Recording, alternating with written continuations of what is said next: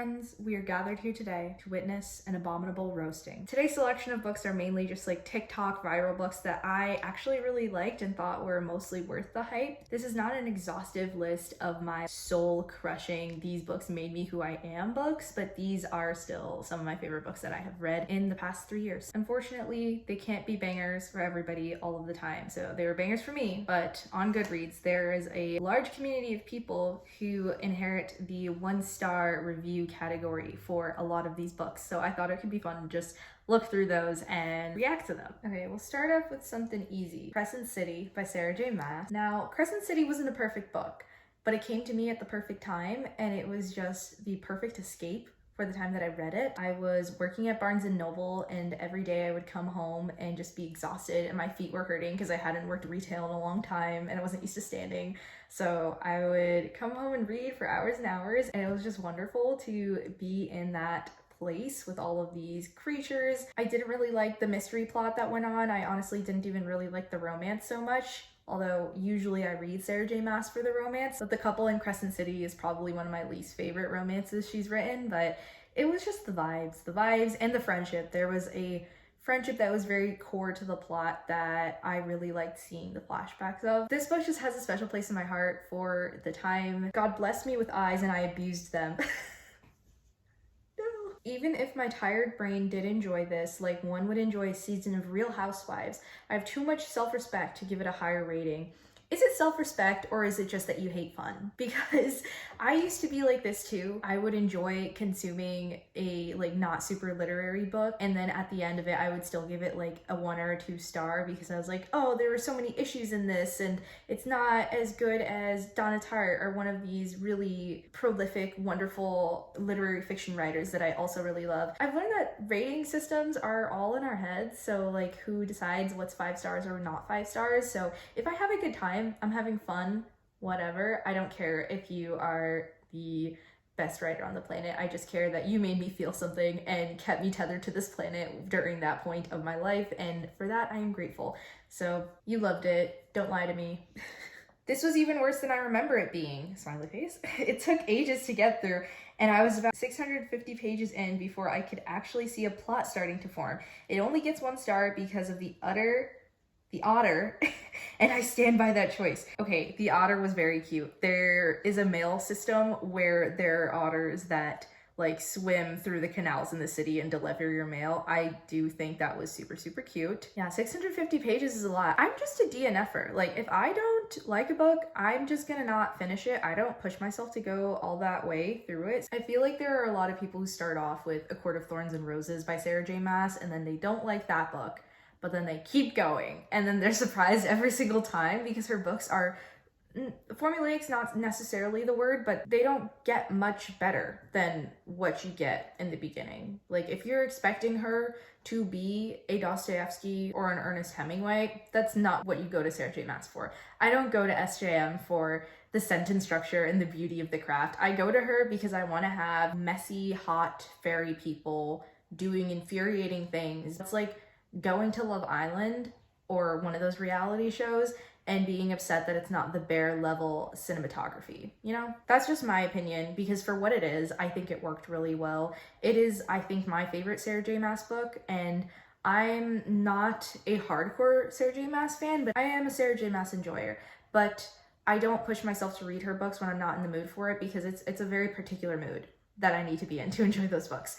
And when the mood is upon me, then it's wonderful. I tried, but I just could not get into this. I did not like the writing style. That's valid. I don't think Sarah J. Maas's writing style is anything to call home about. I go to her for the vibes, because even the plot is a stretch. I didn't care for the plot at all.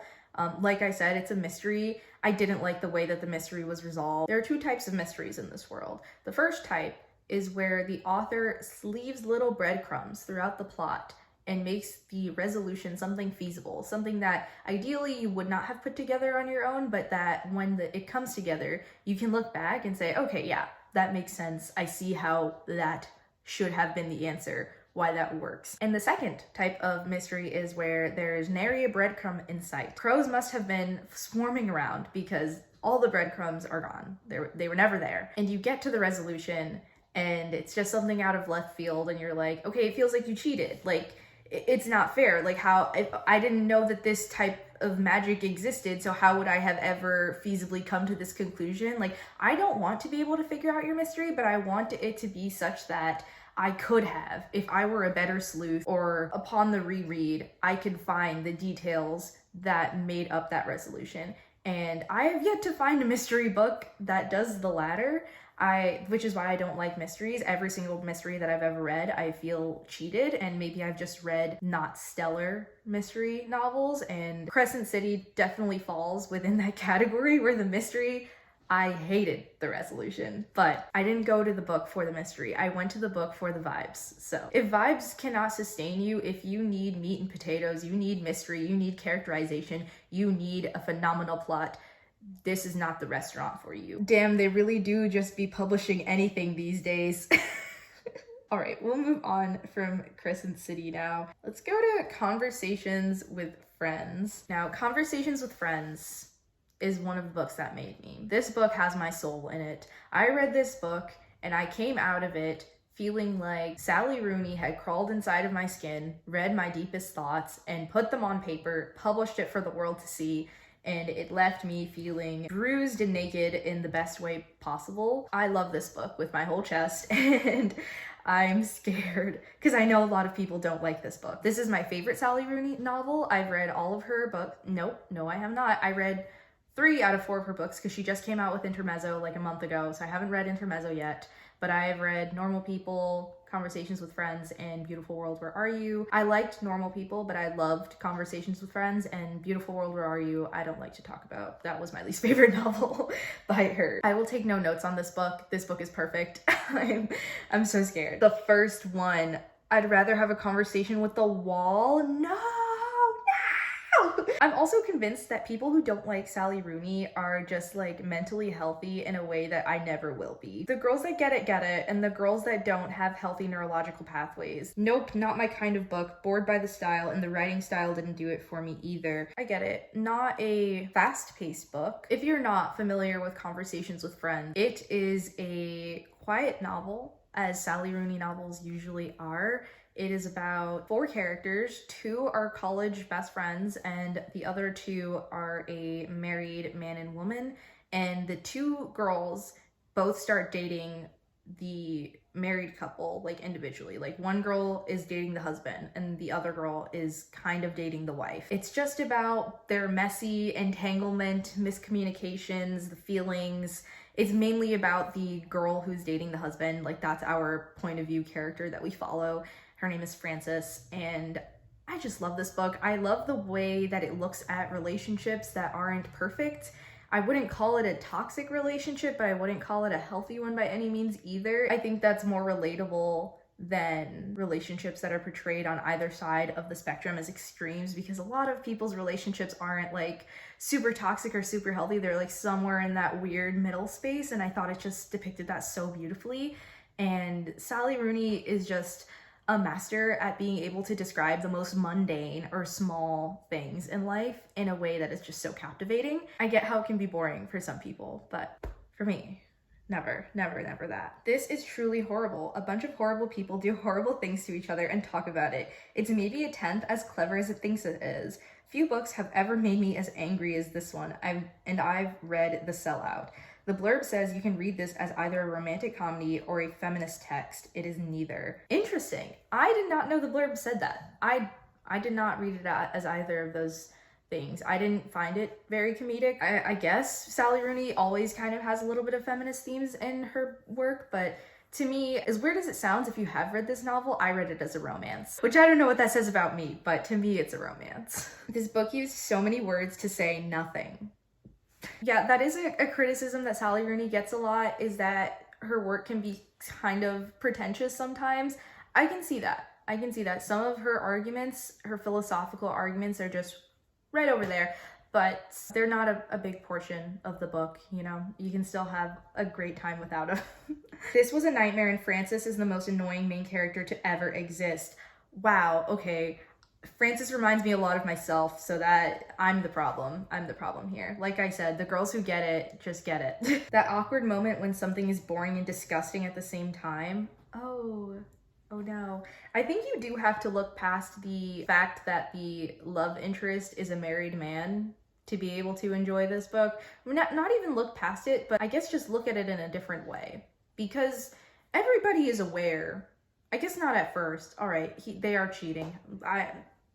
Ignore me. Ignore me. I like morally gray characters. You know, things that I would not be okay with in real life in a book. Come on. Like, what else is fiction for? Do I want my fictional characters to be as moral as I am? No. Because then I would just live my life. That's why I go to books, so that I can see something terrible and beautiful at the same time. DNF at chapter 21. The fact that the author was able to make queer people boring should be a crime. I didn't find them boring. I found the exploration of female friendships to be also very interesting in this book. The two college girls that are friends, they also were in like a queer relationship at a point, but it's just like an interesting look at what it means to have a female best friend and like how female friendships can be like really positive and sometimes they can be like this weird negative kind of hatred but obsession with each other. A bunch of self-obsessed people are self-obsessed for the duration. Nothing really happens. Nothing really does happen, but you know, for some people that is the best of all. It is time to discuss The Secret History. The Secret History is my favorite book in this planet, I would say. I love Donna Tartt. I love this book with my entire soul. It is the origin of dark academia, I would say. It follows a group of college students who study the classics and they kill one of their best friends in their class.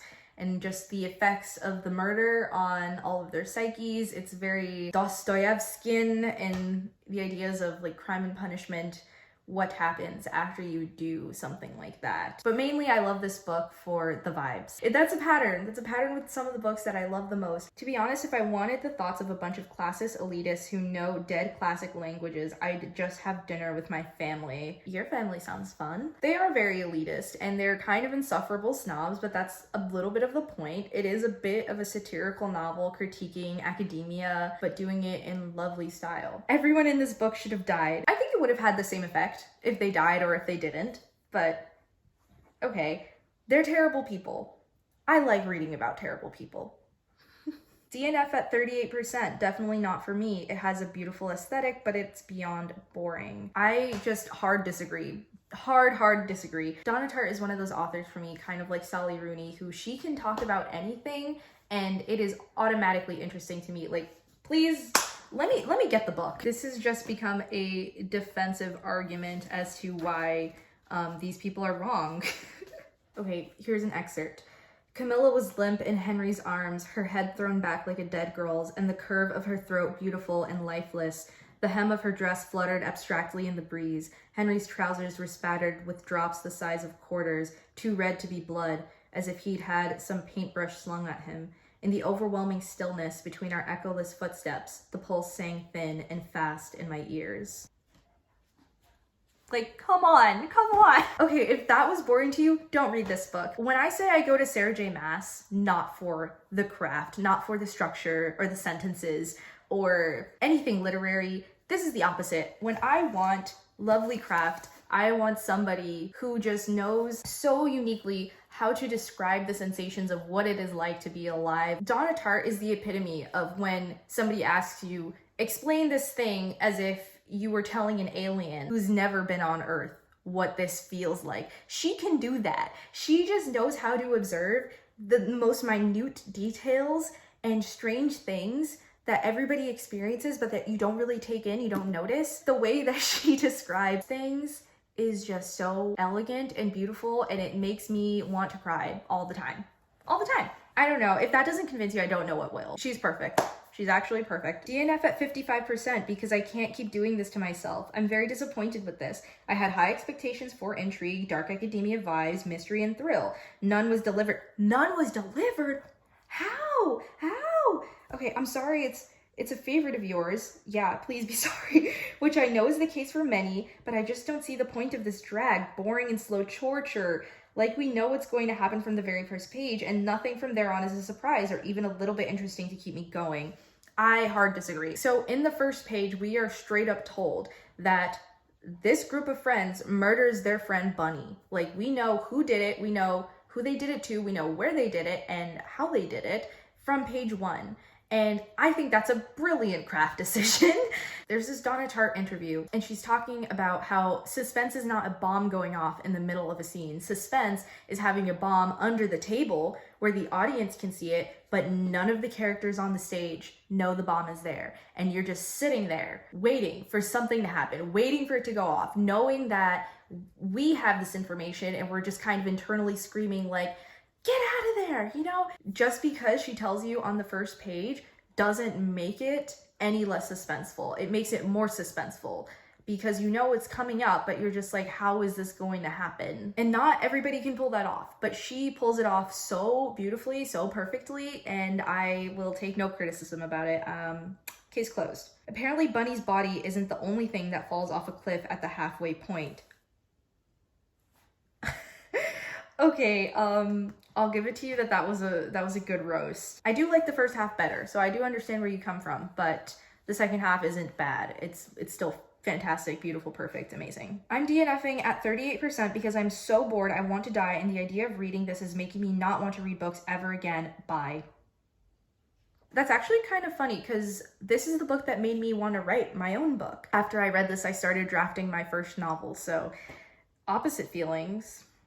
How many times those fuckers raise their eyebrows at each other? I didn't notice that was said an extravagant amount of times, and I feel like I do notice that a lot because you can tell for some authors they leave these traces of like little movements or phrases that you can tell they clearly like to say frequently. I didn't notice that with Donna Tartt, and I've read this book twice. I don't know if I've already said that. I read it for the first time last year, 2023, in like March, I think. And then I reread it this year in May. The real tragedy here is that I am now dumber for having read this book. Henry Winter, good sir, I could never hate you. No further comments. Henry Winter, I could never hate you either. I love Henry. Henry is my favorite character in this book. The only thing more boring than rich cokeheads are poor cokeheads who aspire to be rich. I didn't think that being poor made them boring. Oh god, this has been going on for a while. I'm talking too much. Let's go on to Reminders of Him. Reminders of Him is my favorite Colleen Hoover book. I have read Ugly Love, It Ends With Us, and Reminders of Him. Oh, and Verity. And this is my favorite. Tell me why as I'm recording this and looking up the picture for Verity on my Google search, it comes up that Anne Hathaway is going to star in the movie. I didn't even know a movie was being made. And I love Anne Hathaway. And she was so amazing in The Idea of You, and I'm just so happy and here for this new era of Anne Hathaway starring in book to film adaptations, and now so excited about this because this is amazing news. Amazing news. Colleen Hoover gets a lot of hate, and I understand where a lot of her criticisms come from, but one thing that I do largely appreciate about her work is that she's one of the few romance authors that I read that write about characters who are not extravagantly wealthy. She just writes about middle class or lower class people, which is really refreshing to read in a romance novel. One of my favorite things that happened in this book was that the main character, she just gets out of prison from the very beginning. That's where we start. And so she's rebuilding her life, and she's living in a shitty apartment. She's working at a grocery store. She goes to like McDonald's and Walmart, and just seeing normal people things like that is so underrated. It made the vibes so fantastic in this book. I know, it just gets tiring reading romance books where every dude is like a multi-bajillionaire and the girl is like perfect model, super wealthy, comes from an awesome family. Give me a little bit more than that. So I really appreciate that aspect of her books. Time for feminist king Rhysand to hand over his crown. Ledger, I read books about feminism. Ward has entered the chat. I didn't care for Ledger. Ledger is the main love interest, but really this book has two love interests. A lot of Colleen Hoover books kind of do that. Our main character's name is Kenna, and we're seeing her story in two different timelines. One is with a past boyfriend who died, and the secondary storyline is with the present Kenna and her relationship with a person who is alive in the current timeline, and that's Ledger. Ledger's the current guy. For me, the thing that made this book really special was going back and seeing the previous relationship and the grief afterwards with the boyfriend who passed away. I also don't remember Ledger reading books about feminism. Yeah, a lot of the Ledger stuff went over my head. Still waiting for her books to make me cry. Anyways, if I were Scotty, I'd haunt them both. I felt 1 star was generous. Okay. I'd otherwise give this a 2 or a 3, but I have a moral obligation to help lower the average score on this book. What? Okay, yeah, this is kind of going back to my previous comment of there are a lot of people who actually enjoy these books, who are secret Colleen Hoover or Sarah J. Maas fans because they keep reading their books, but then they consistently go back and rank it very low. Newsflash, if you keep going back to an author's books because they're addictive and they get your mind off of the real world and they're great escapism, then you like their books. You're a fan. Honey, you're a fan. Sloppy writing and unlikable characters that made me cringe/vomit in my mouth. I can't see how the characters would be unlikable. There's some questionable actions. The characters definitely do some things that I really do not like. It's a balancing act. The good outweighed the bad for me, so overall, I still do really love this book, and I think I will reread it at some point in the future. I read it like a year or two ago. Compared to some of her other books, it's pretty good. Wattpad is calling and asking for its book back, girly. Okay, I get that. It's definitely like Wattpad style, but that's what I go to Colleen Hoover for. I think they all have their place. Wattpad has its merits. I was a Wattpad girl. I grew up reading Harry Styles fan fiction or whatever band that I was into at the time and hiding it under my pillow when my mom came through the hallways pretending to sleep because I just wanted to read all night. So Wattpad is very core to my personhood. It made me who I am. So yeah, Wattpad is asking for its book back, and I think that sometimes that's a good thing. A real snooze and a half. Her characters have the emotional depth of grapefruits. I just disagree. I can take any criticism about Colleen Hoover's writing, but to say that they're not emotional, I don't think that's true. Okay, let's do Fourth Wing. These are gonna be good. There's a valuable lesson to be learned here, and it's that when you see the entire Goodreads community read and 5-star the same book, you run as fast as you can in the other direction. I especially enjoyed the mediocre writing, boring love story, and the this might as well happen plot, where an allegedly frail and weak character is at the same time overpowered as and gets everything handed to her on a silver platter. 0 stars. I would say that the plot is one of the strengths of the story. If we're going to talk about weaknesses, we can talk about writing, but plot, I'll give Rebecca Yarrow's plot. I do think she does that quite well. And saying that the allegedly frail and weak character gets everything handed to her, yes and no. She is super powerful and has that main character syndrome of like, oh, her powers are like way crazier than everybody else's. But you know, she's the main character of a fantasy novel. She's not the first character to have that flaw. But also, I don't feel that she totally had everything handed to her because she spends the entirety of the first book trying to use her wits and her brain to compensate for her lack of physical ability, and then when she does finally get powers, yeah, things get handed to her. But even still, because you move on to book 2, Iron Flame, and she's still like practicing for a substantial portion of that book. She's just trying to master her powers. So I wouldn't say they get handed to her. I do think an appropriate amount of time and struggle is given. If you want a main character who's not going to be like the most powerful person in the entire universe, then maybe epic fantasy romances aren't the books for you.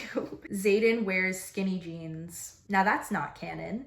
Who had a gun to the head of everyone who rated these 5 stars? Me. It's me. This book deserves 5 stars. I think Fourth Wing is for the girls who loved Divergent as teens and are now adults looking to get back into reading. I think it's a fantastic gateway back into reading or reading fantasy if you're a romance reader and you don't really read fantasy. I think it's done a lot for the book community in that way. And for me, as a person who was already reading a lot and already reading quite a bit of fantasy, it was just fun. It was just fun to be part of the community when it was popping off. Like, I do think books having hype and becoming really popular on TikTok is a fun thing to be a part of. Everyone's talking about it and you get to join in and have discussions with other readers. And just even outside of the community aspect, because I only really started looking online at things about the book after I had read it, experiencing it as an individual, just by myself, reading it, listening to the audiobook. It was just fun. It was just fun because it's about dragons and romance and people with cool powers, and you're in a school where it's really cutthroat. It's like Harry Potter for grown-ups and dragons. Xaden could spit on me and I would ask him to do it again. So why are you giving it 1 star? What's this? I do think Xaden is a fantastic love interest. He's just classic. He's written to be all the things that you want in a fun, fluffy fantasy romance. He's the blueprint. I need y'all to start having some standards for the books you read. See, the thing about standards is I don't think they should be stagnant. I think standards should fluctuate based on genre, based on the time in your life, based on what it is you're looking for from a book, because I judge a fantasy romance so differently than I judge a literary fiction book. They're promising me different things, so I expect different things from them. Moving on to the Ballad of Songbirds and Snakes. This is one of my favorite Suzanne Collins books. No, that's kind of a lie because it's asking me to pick a favorite child. I've read all of Suzanne Collins' novels, both middle grade and young adult, so that includes the Gregor the Overlander series in the middle grade section, and then the Hunger Games in the young adult section, and then extending that with Ballad of Songbirds and Snakes. Every time I read another book by her, it becomes my favorite, so it might just be because that is the most recent novel I've read by her, that's why it's my favorite. I'm not sure. I just was obsessed with it. I loved everything about it. I loved the movie, I loved the music, I love Suzanne Collins, and it's just perfect. I feel like I am 14 again. I don't want to see this book in my life ever again. But isn't it fun to feel like you're 14 again? I also just didn't share the experience of feeling like this brought me back to my childhood. I do find her novels, even though they're for a younger audience, that they don't make me feel like a kid. Honestly, I feel like if I was younger reading it, they would just make me feel older because it's about young people, but they go through some harrowing things. So I didn't feel any younger reading this. I just felt for them. I hate to say this, especially as I was so excited to go back into this world, but never have I read a book that felt more like a cash grab. It genuinely doesn't even read like it was written by the same person. Quite disappointed. Sad face. That's shocking to me. I don't know. I don't feel like anything Suzanne Collins does has ever felt like a cash grab. Even arguably her middle grade series, which could have been, because it's a 5-book series. I'm sure it could have been condensed into shorter if need be, but she's just such a master at what she does in the genre. I think her characters are always very complex and well-rounded. I think her settings are fantastic. I loved getting to see the origins of the Hunger Games, and even more, I just really loved Coriolanus Snow's character, which is our protagonist in Songbirds and Snakes, and the secondary protagonist, Lissy Gray. I loved their relationship. I thought it was so interesting. It's kind of like how I feel about the relationship in Sally Rooney's Conversations with Friends. It's not like the most toxic thing ever, and it's not healthy, but it's somewhere in the middle. It's something gray in between, and I eat it up every time, and I loved that. I pretend I do not see it. Go, Snow, give us nothing. I think Snow gave us a lot. I think his character was diabolical. Like, he was evil. You could see that he starts out as a little bit naive, a little bit more of a kind heart, and he kind of just degenerates into this evil President Snow that we know him as in the later Hunger Games trilogy. But even from the start, when he was like a nicer, younger man, he always had it in him. He always had the little darkness there, and I thought that was really fascinating to show, like, the seed is there. He wasn't totally evil, but it was always kind of inside him, and it just kind of got pulled out by other influences around him, but it was always there. He was always capable. It's not very often I feel this negatively about a book, and I know it's partly because I'm comparing the story and the characters to that of the Hunger Games, and can anything ever really compare to that? I think this book has just proved to me it can't, but seriously, this book made me so mad. This book didn't make me mad. This book took me on an emotional roller coaster. I especially loved part 3, where you get to see District 12. I just loved the vibes. Here we are again, me and vibes. Vibes are everything. I can read a story about nothing, but if the vibes are there, I don't care. The vibes are all that matter. Almost no plot. I guess it's a character study. Yes, absolutely. But Snow is not very interesting, and almost no one else has any development or nuance. Disagree. And Collins seems completely over the games themselves, as they take up a fairly small percentage of the book. I think that is very strategic, though, because we've already seen the games twice. We saw it in the original Hunger Games novel, and then we saw it in Mockingjay. Yeah, Mockingjay. Do we need to see a full-length Hunger Games for a third time? Because if you consider the alternative, if she wrote this novel as being just one big Hunger Games, wouldn't there be a lot of criticism from the other side of, we've already seen this, give us nothing, like, we're just doing this again and again? I guess when it's basically writing about people watching other people, it can be difficult to generate any excitement. Not as disappointing as The Handmaid's Tale sequel, because I actually had expectations there, but more pointless. I didn't know The Handmaid's Tale had a sequel, like a sequel book or a sequel to the show. Not sure. Hi, Suzanne, where can I get the time back that I wasted on this book? You won't get it back. It'll just be with you forever, as it will be with me. And with that, I think we should end there. I've been recording for over an hour just talking about this, so that'll be fun to edit. Anyways, I would love to do a part 2 of this. If you enjoyed this video, please let me know in the comments because this is really fun. So yeah, we'll call it there. Make sure to like and subscribe if you enjoyed this video and leave a comment. I love responding and seeing those. So yeah, I'll see you guys in the next one. Bye.